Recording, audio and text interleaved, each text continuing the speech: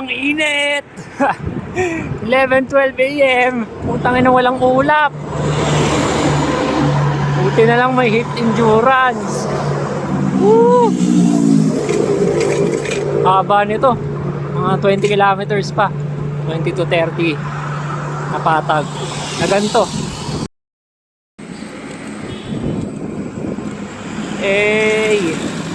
Maragondon, Cavite. Isang bahay na lang, Ternate. Tapos Kabyang. Mga less than 10 kilometers. Welcome, Maragondon. Yo, Ternate na. Paano na? Malapit na sa Kabyang. Ang kulit oh. Mga unggoy.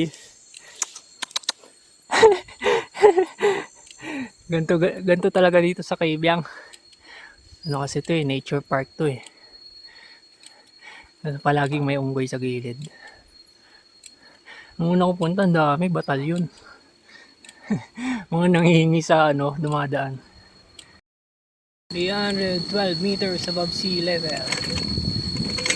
Halapit na ako sa Kabyang. Naramdaman ko na. Nakaliwa na. Paano ako eh? Patagaytay sa Kanasugbu. Kaliwa. Dito may road sign na.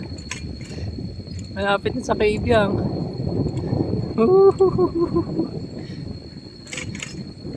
Ano kaya yun? Ano kaya na padiretso? Kailab ni? Ano meron dun? Resort siguro yun. Nakakaliwa na, Alas Ahon.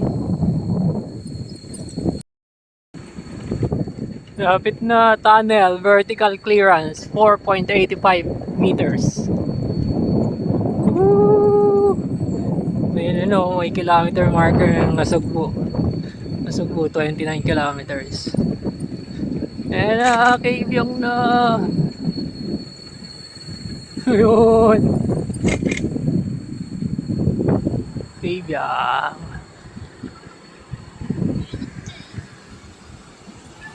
Hanap tayo ng picture.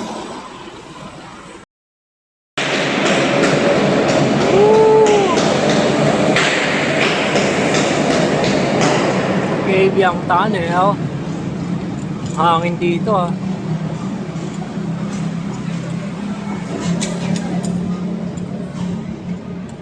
Kabyang tunnel. Dilim gago. Nakatakot pala pag tunnel tas walang ilaw.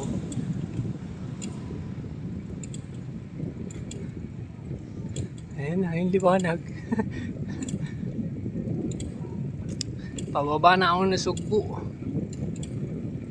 Tapos sakit ako ng ng Tagaytay. Ayun na yung dulo.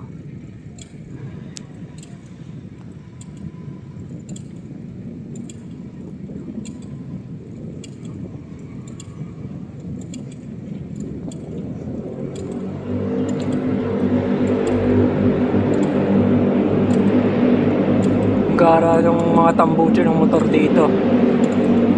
Nakakatakot yung tunog.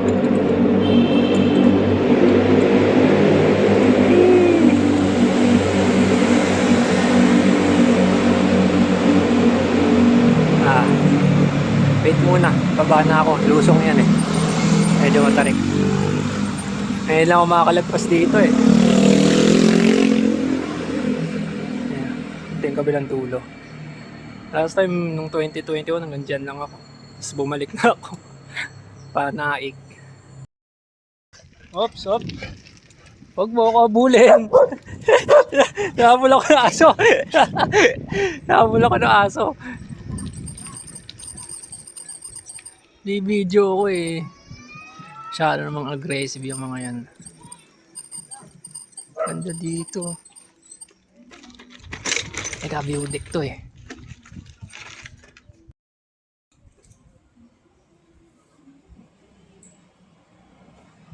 Ganda.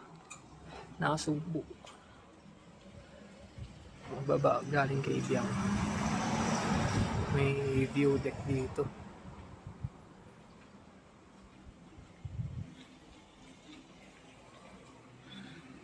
Ay, sira ulo yung mga aso nun. Hinabol ako kanina.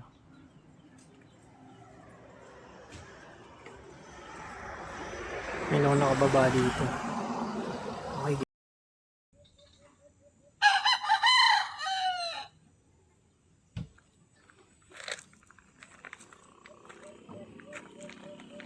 Alas 2.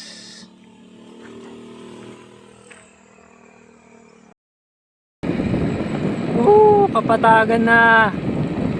Ang inang mga ahon yan. Tapos tanghaling tapat. Alas 2. Hayop. Walang puno. Meron naman. Pero di sapat yung hangin, ang init. Nakakatusok sa balat.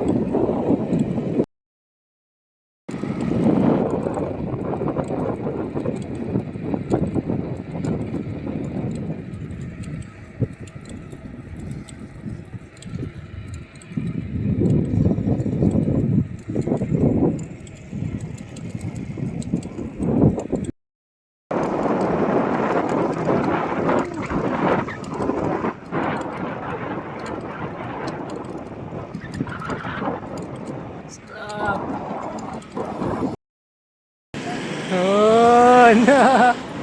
Boundary ng Cavite tsaka Batangas.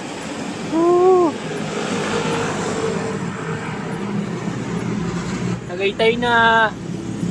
Haba ng ahon, gagi.